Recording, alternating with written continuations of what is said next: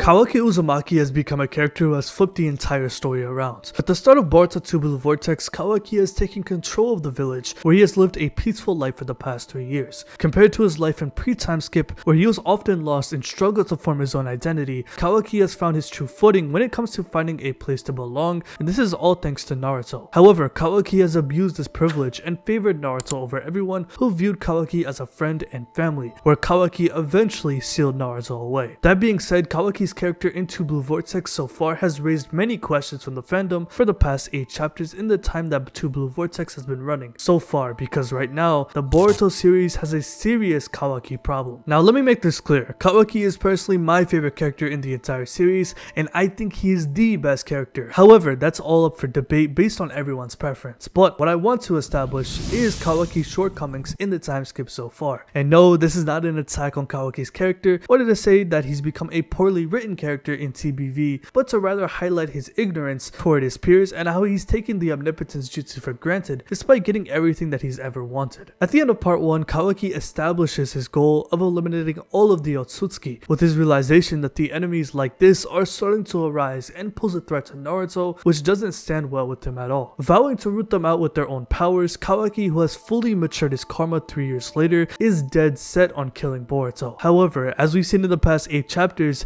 there is a massive power difference between Boruto and Kawaki in terms of power levels, where Kawaki will not be able to keep up. This doesn't mean that Kawaki has become weaker or is a weak character, but with Boruto improving his ninjutsu dexterity and overall shinobi prowess, Boruto is levels above Kawaki in terms of strength. And I find this ironic that Kawaki wants to kill Boruto using only Otsutsuki powers, such as the karma, when Naruto provided Kawaki the resources and intelligence to become more powerful by teaching him ninjutsu. Kawaki yearned for power when he first started living with Naruto and Boruto, where he was taught that ninjutsu was derived from chakra, which exists inside of everyone. Naruto taught Kawaki a very important lesson, that chakra is a binding force that brings everyone together, which is why Naruto is so connected with everyone inside of Konoha. And with Kawaki embracing this, he instantly became connected with not just Naruto, but with Boruto and the rest of Team 7. While he wasn't the friendliest around the team, he became more accepting toward the situation while learning ninjutsu, where Boruto even recognized him as his brother, and Sarada and Mitsuki took him in as another member of Team 7. And even after losing his karma, Kawaki used his shinobi tactics to help finish off Ishiki. However, before he sealed Naruto away at the end of part 1,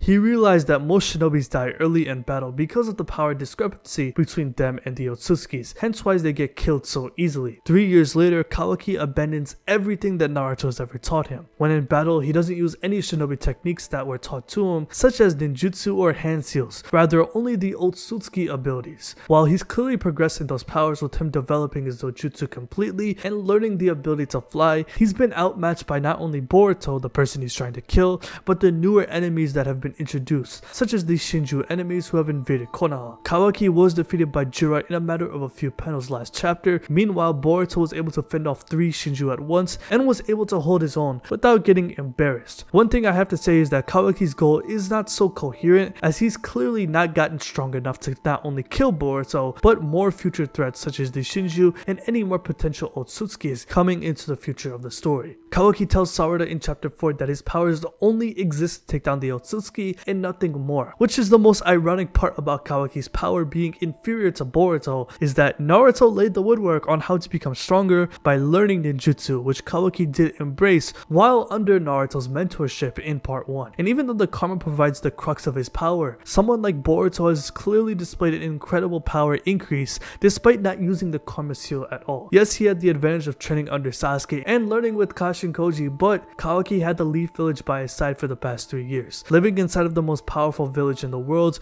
there are plenty of resources and characters to learn more powerful ninjutsu and train his shinobi prowess to become more powerful. However, Kawaki threw that mindset in the garbage when he realized that he needed the karma to protect Naruto despite all of that training. It's the reason why Kawaki tells Boruto that the age of shinobi is over, as he clearly has given up on the ideology of a shinobi and abandons the idea of a ninjutsu, despite it bringing people together. You see this with Boruto, as despite losing his entire identity, he manages to bring characters to his side that were thought to be lost otherwise thanks to the omnipotence. From Kashin Koji, Sarada, Sumire, Mitsuki, and now Shikamaru, Boruto has started to regain allies despite being labeled as a traitor of the village. And he was able to do this via his power that he developed through ninjutsu, whereas with Kawaki, he has managed to downplay his peers when living inside of Konoha, as shown in his dialogue between his interactions with Ada and Mitsuki, for example. Mitsuki has started to follow Kawaki around as he viewed him as his son, thanks to the Omnipotence Jutsu. However, unlike with Boruto, who embraced Mitsuki as his friend,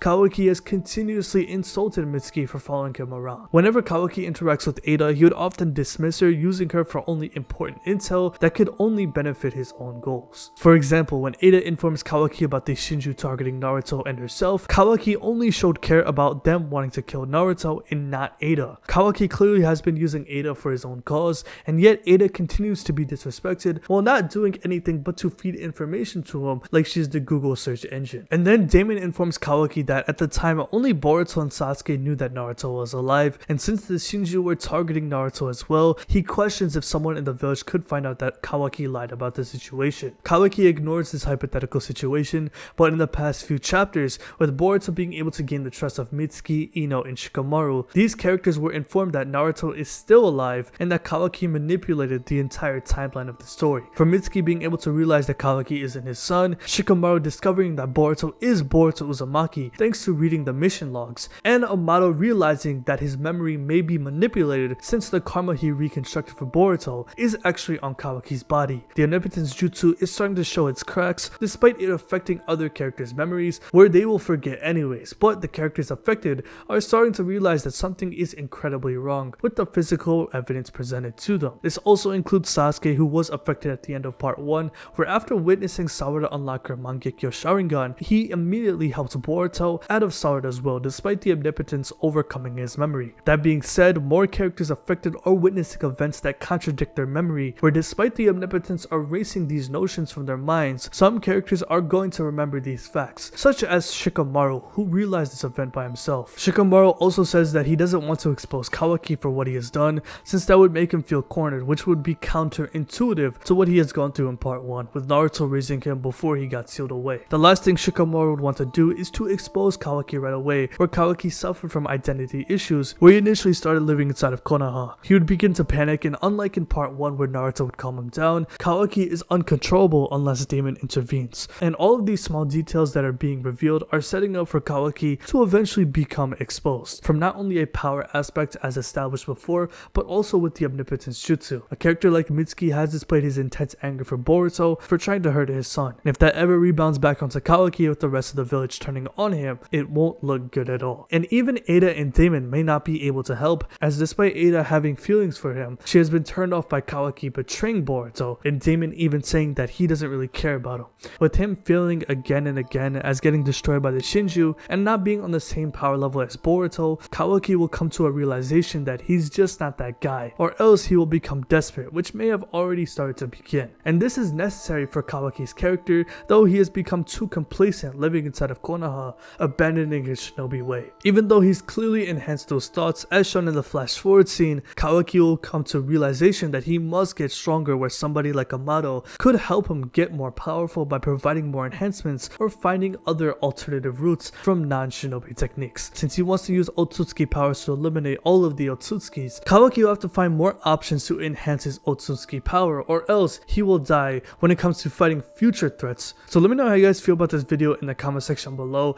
How do you feel about Kawaki's character so far in Boruto 2 Blue Vortex? And let me know, what do you think he will do in order to get stronger when it comes to fighting somebody like Boruto and the rest of the Shinju enemies? Because right now, it is not looking good for his character. Of course, I do think he will get more powerful, because at the end of the day, as we've seen in the flash forward scene, it is just him and Boruto standing inside of the destroyed Hidden Leaf Village, where they will eventually have that battle. And I do think by the time we get to that point, Kawaki will be at a similar power level to Boruto, just like they were at the end of part 1. So let me know how you guys feel about all of that in the comment section below. So if you like this video, hit that like button, subscribe, hit the bell as well, and have a good day.